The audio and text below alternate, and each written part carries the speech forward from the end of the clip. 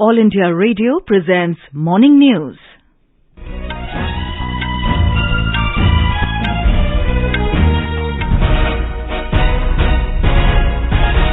Good morning, I am Sarabjit Kaur. The headlines. Prime Minister Narendra Modi to interact with Pradhanmantri Rashtriya Bal Puraskar awardee children in New Delhi today. President of Egypt, Abdel Fattah El-Sisi to arrive in New Delhi today on a 3-day visit to India. IMD predicts widespread rainfall in northwest India during the next 3 days. Russia and Estonia expel each other's ambassadors in a tit-for-tat move. South Korea beat Argentina 3-2 in penalty shootout at FIH Hockey Men's World Cup in Bhubaneswar. And in cricket, third and final ODI between India and New Zealand to be played this afternoon in Indore.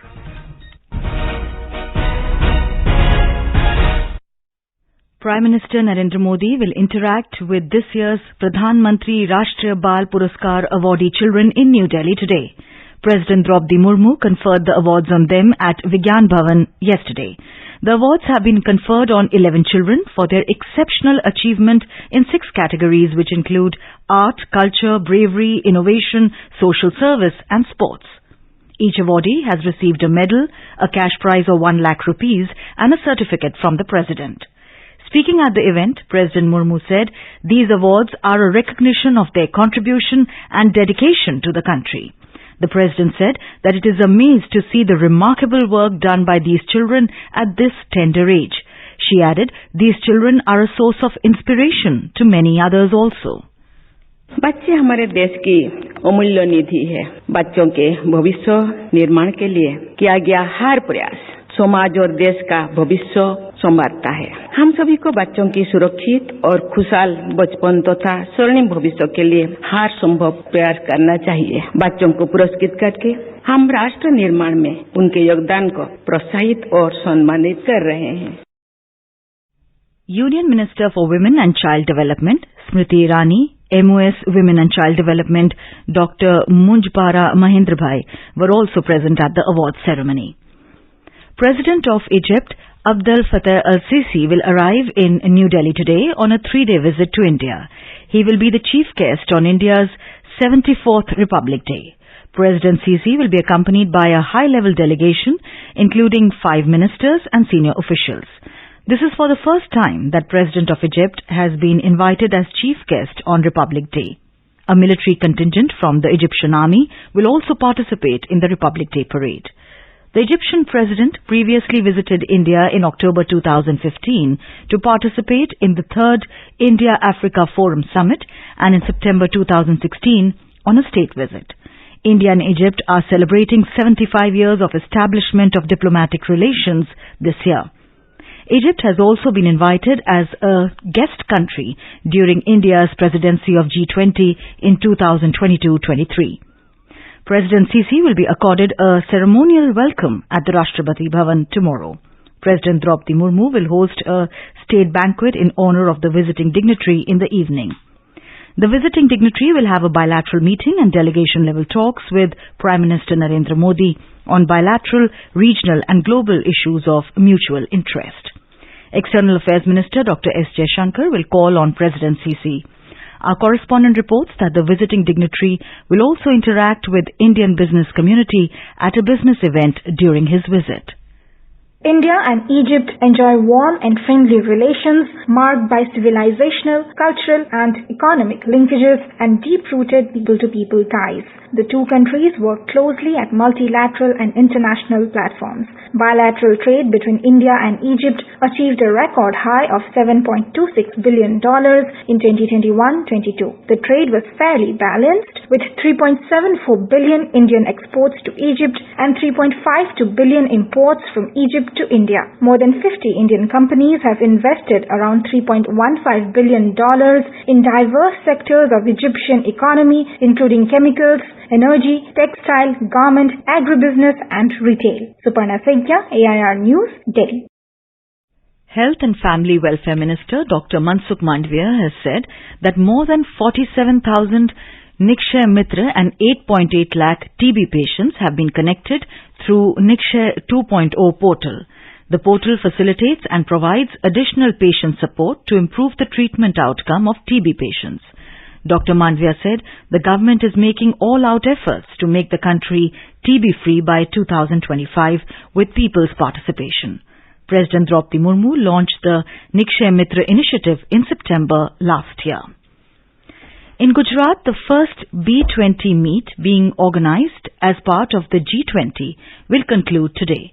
More than 500 delegates deliberated upon various global issues including climate change, sustainability, digital transformation and financial inclusion during several plenary sessions held yesterday at Gandhinagar. Our correspondent reports that on the last day, G20 representatives will visit Gift City and other tourist places. A report. A special guided yoga session has been planned for G20 delegates at Punit 1 in Gandhinagar today. The delegates will also be taken on eco tour where they'll be informed about traditional Indian Ayurveda medicines. They'll also be taken to India's maiden financial tech city, Gift City, to provide an overview of various facilities at Gift City. Later, the delegates will explore Adalajni Vav, the famous step well near Ahmedabad. Aparna Khun, AR News, Ahmedabad. Uttarakhand Tourism and Culture Minister Satpal Maharaj has said that all tourist places in the state are safe except Joshimath. Talking to the media in Dehradun, he said the government is making all possible efforts to deal with the situation in Joshimath. He said the upcoming Char Dham Yatra will be smooth. Auli जो है पूरी तरह से सुरक्षित है और औली में हम विंटर गेम्स करने जा रहे हैं। आप देखेंगे कि विंटर गेम्स से लोग वहां जाएंगे। अभी भी जो बर्फबारी पड़ी है काफी लोग वहां पहुंचे हैं। मैं स्वयं भी बाजार में घूमा हूं, सब जगह घूमा हूं। ऐसी कोई स्थिति नहीं है। चार धाम यात्रा ये विधिवत रहेगी और निश्चित रूप में जोशीमठ को बचाने के हर संभव प्रयास किए जाएंगे। In Bihar, SHO and Chowkidar of Lakri Nabiganj Police Station in Siwan district have been suspended in connection with the Hooch tragedy in the district. Additional Director General of Police, J.S. Gangwar, told AIR that 16 people have been arrested so far. 8 people died and 6 lost their eyesight after consuming spurious liquor in the Siwan district on Sunday night. Meanwhile, opposition leader in Assembly, Vijay Kumar Sinha, alleged that the Hooch tragedy is happening in the state repeatedly as the government is not taking stringent action against the culprits. Union Minister for Petroleum and Natural Gas, Hardeep Singh Puri, said that Prime Minister Narendra Modi has always been prioritizing Northeast's energy sector for putting the region in the high-growth trajectory. He is on a 2-day visit to Assam in the run-up to the India Energy Week. Talking to media persons in Guwahati, the Union Minister said that several big projects in the energy sector are in the pipeline in this region. This is All India Radio giving you the news. For quick news updates round the clock, follow us on our Twitter handle at AIR News Alerts. The Indian Met Department has predicted widespread rainfall in northwest India during the next 3 days. It said there is possibility of enhanced rainfall and snowfall activity over western Himalaya region and rainfall activity over plains of northwest India, mainly during 25th and 26th January. During two western disturbance, isolated heavy rainfall or snowfall is likely over Jammu, Kashmir, Ladakh, Gilgit, Baltistan, Muzaffarabad, Himachal Pradesh and Uttarakhand today and tomorrow. Very light rainfall has been predicted for Delhi from today till 26th of January. Isolated hailstorm is likely over Himachal Pradesh, Punjab, Haryana and Chandigarh over the next couple of days. Russia and Estonia yesterday expelled their ambassadors from each other's countries in a tit-for-tat move, saying that their diplomatic missions will be headed by charged affairs. The Russian Foreign Ministry summoned Estonian ambassador Margus Ledre and ordered him to leave the country by 7th of February. The ministry in the statement said that Estonia's diplomatic representation from now on will be downgraded to a charged affairs that heads the European Union country's mission in Moscow. Russia said that the move was made in retaliation to Estonia's new unfriendly step to radically reduce the size of the Russian embassy in Tallinn. In response, Estonian Foreign Minister Urmas Reinsalu said the Russian ambassador will leave on 7th of next month as well, in accordance with the principle of parity. In a massive upset in the FIH Hockey Men's World Cup in Odisha, South Korea defeated Argentina 3-2 in penalty shootout after a 5-5 draw in regulation time at Kalinga Stadium in Bhubaneswar yesterday evening. With the win, South Korea ensured that there will be at least one Asian team in the quarterfinals of the tournament. They will take on the Netherlands in the final 8 fixture today. In the first crossover match of the day, Germany entered the quarterfinals defeating France 5-1. In cricket, the third and final ODI between India and New Zealand will be played at Indore today. The match will be played in Holkar Cricket Stadium from 1:30 p.m. India will look to clean sweep the series, having already won 2 ODIs. In Australia Open Tennis, Indian pair of Sania Mirza and Rohan Bopanna advanced to the mixed doubles quarterfinals in Melbourne yesterday. The Indian pair defeated the Uruguayan and Japanese pair of Ariel Beher and Makato Ninomiya 6-4, 7-6.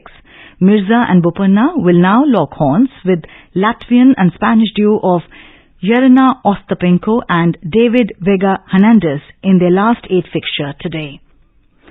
Youth Affairs and Sports Ministry has formed an oversight committee to inquire into the allegations of sexual misconduct, harassment and financial irregularities in the Wrestling Federation of India levelled by prominent sportspersons. It will be headed by Khel Ratna awardee and chairperson Athletes Commission, MC Mary Com. The other members include Khel Ratna awardee Yogeshwar Dutt and Dhyan Chand awardee Trupti Murugunde. The Oversight Committee will complete the inquiry within 4 weeks.